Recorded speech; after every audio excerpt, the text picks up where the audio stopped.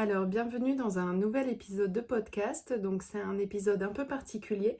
J'aimerais faire ce type d'épisode. Je vais essayer le plus régulièrement possible. C'est des revues de presse. En fait, j'ai beaucoup de casquettes et je suis aussi cofondatrice de l'association UpCapège, l'association des enseignants spécialisés CAPEJ. Et je m'occupe de tous les mois d'écrire une newsletter sur le thème de la surdité, de la langue des signes, de la langue française parlée complétée, de l'école inclusive, voilà, de tout ce qui va intéresser les enseignants spécialisés et pas que, tous les professionnels de la surdité. Vous pouvez la trouver sur le site UpCapège. Vous cherchez UpCapège Newsletter sur Google, vous allez la trouver. J'ai pas été très productive cette année, mais voilà, la dernière est sortie récemment. Et je me suis dit que ça pouvait être intéressant de faire des épisodes courts de podcast où je parlerai d'un article ou de quelque chose qui a attiré mon attention. Et donc là, je voulais complètement vous parler Donc c'est l'émission 13h15 le samedi, qui a eu lieu la semaine dernière, donc le 22 avril, et qui a été consacrée à Zoé Besmond de Senneville, peut-être que je prononce pas bien, qui est une comédienne et qui est atteinte d'autospongiose. Autospongiose bilatérale cochléaire, dans mon souvenir. Et donc il y a eu cette émission sur elle qui dure une vingtaine ou une trentaine de minutes. Je l'ai regardée hier et c'était vraiment très très intéressant. C'est disponible en replay sur le site c'est France 2, je crois, enfin de France Télévisions. Et c'est en replay jusqu'en 2016, donc vous avez largement l'occasion d'aller le regarder. C'est sous-titré aussi. Et si je vous en parle aujourd'hui, c'est parce que je connaissais par la newsletter, j'avais un souvenir que donc Zoé Besmond de Senneville, je sais pas, pardon pour la prononciation, je savais qu'elle avait fait un podcast en fait qui s'appelait Le Journal de mes oreilles, qui est disponible aussi.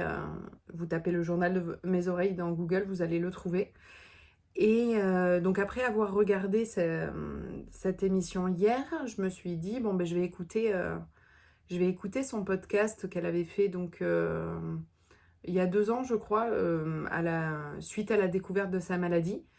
Et en fait, il fallait que je vous en parle tout de suite, quoi. Là, je m'excuse pour la version filmée, je sors du sport, je ressemble à rien, mais j'ai écouté tous ces épisodes d'un coup, donc en faisant mon sport, pendant 1 heure. Et quelle claque, en fait, quelle claque. Donc je sais pas s'ils sont sous-titrés par contre son podcast, mais si ce n'est pas le cas, son podcast a été en fait adapté en livre qui s'appelle Le Journal de mes oreilles aux éditions Flammarion, que j'ai commandé direct là. Et quelle claque, quoi. Quelle claque, c'est ce podcast. Donc l'émission est vraiment très bien. Je vous conseille de regarder l'émission 13h15 le samedi. Et je vous conseille aussi, mais vivement, d'écouter son podcast. C'est donc une personne qui vous raconte que le jour de ses 25 ans, en fait, elle a eu sa première crise d'autospongiose. Et elle a découvert petit à petit sa maladie. Donc l'autospongiose, c'est une maladie qui touche la chaîne des osselets. Donc elle, c'est l'étrier, plus précisément. Donc c'est l'oreille moyenne. Et moi, je pensais que c'était soignable. Voilà, j'avais toujours eu souvenir que les problèmes d'oreille moyenne, on pouvait trouver le moyen de les résoudre parce que c'était des surdités dites de transmission. Et en fait, l'écoute du podcast m'a montré que j'y connaissais rien. Voilà, parce que donc les os se détériorent de l'osselet et ensuite se désagrègent et les morceaux de fluor, d'après ce que j'ai compris, ou pas de fluor, enfin il y a des morceaux qui ensuite viennent boucher au niveau de l'oreille. C'est pas que le fait que les petits os se cassent, c'est aussi que ça vient amener des choses dans l'oreille qui vont provoquer des blocages. Et donc voilà, donc elle raconte son parcours et sa vie. Donc c'est une comédienne, c'est une artiste qui donc est devenue sourde à partir de l'âge de 25 ans. Elle parle des recherches qu'elle a faites au niveau génétique, au niveau de sa famille aussi. Elle a essayé de comprendre les causes de sa maladie. Est-ce que les non-dits dans sa famille, le silence... elle parle de ses appareillages qui ont été un échec au début, son appareillage qui a été très compliqué. Je pense que voilà, c'est vraiment une claque. Là, j'en sors juste et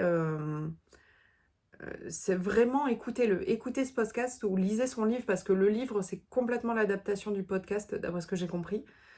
C'est... ça fait du bien et je pense vraiment que je ne sais pas qui vous êtes et qui écoutez ce podcast, mais pour tous les gens qui sont au niveau de la surdité, qui ne sont pas sourds, à tous les entendants qui sont des professionnels de la surdité, c'est important d'écouter, ça a toujours été important d'écouter la parole des concernés, évidemment, mais je trouve que là, la parole d'une personne devenue sourde, enfin devenue malentendante, elle dit que elle se définit pas encore exactement là-dessus. Donc son rapport de haine et d'amour avec ses appareils, la difficulté au niveau des appareillages. Par exemple, le fait que je m'étais noté que les audiogrammes, elle trouve très infantilisant la liste de mots. Elle a l'impression qu'on la prend pour une enfant et qu'il faudrait l'adapter, qu'il faudrait changer pour les adultes. Et donc c'est très intéressant voilà, d'avoir ce vécu-là, où quand elle dit que la surdité c'est comme une mutation, un déménagement, c'est comme changer de pays. Et son rapport au terme d'handicap, tout ça, enfin c'est...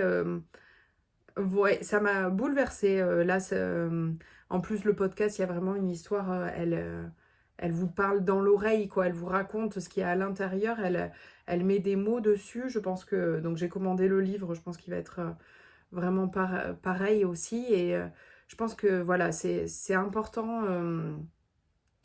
d'écouter ces concernés-là. Et c'est vrai que moi, je suis dans le milieu de la surdité depuis 2009. Et c'est vrai qu'au final, j'ai beaucoup évolué avec des enfants, des adolescents, des adultes sourds, nés sourds.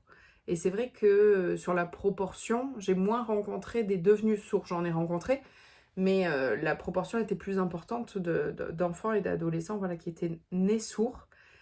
Et c'est vraiment intéressant. Et notamment sur la perception des appareillages, je pense que ça nous fait du bien de nous rappeler même si on le sait, à quel point c'est difficile, l'appareillage, à quel point c'est difficile d'entendre tous les sons qui vous parviennent, voilà, brutalement, et à quel point ça fatigue. Elle dit qu'elle a des migraines, qu'elle est très fatiguée, et donc là, qu'elle apprend à lire sur les lèvres et que c'est compliqué. Dans le reportage 13h15, on la voit apprendre la langue des signes.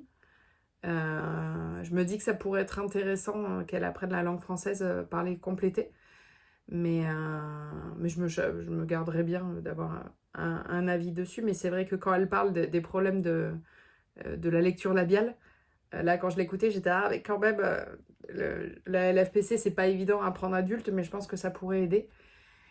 Et donc voilà, donc ça s'appelle Le journal de mes oreilles aux éditions Flammarion. Vous le trouverez également sur SoundCloud pour le podcast. Vous tapez Le journal de mes oreilles podcast, promis, vous allez le trouver.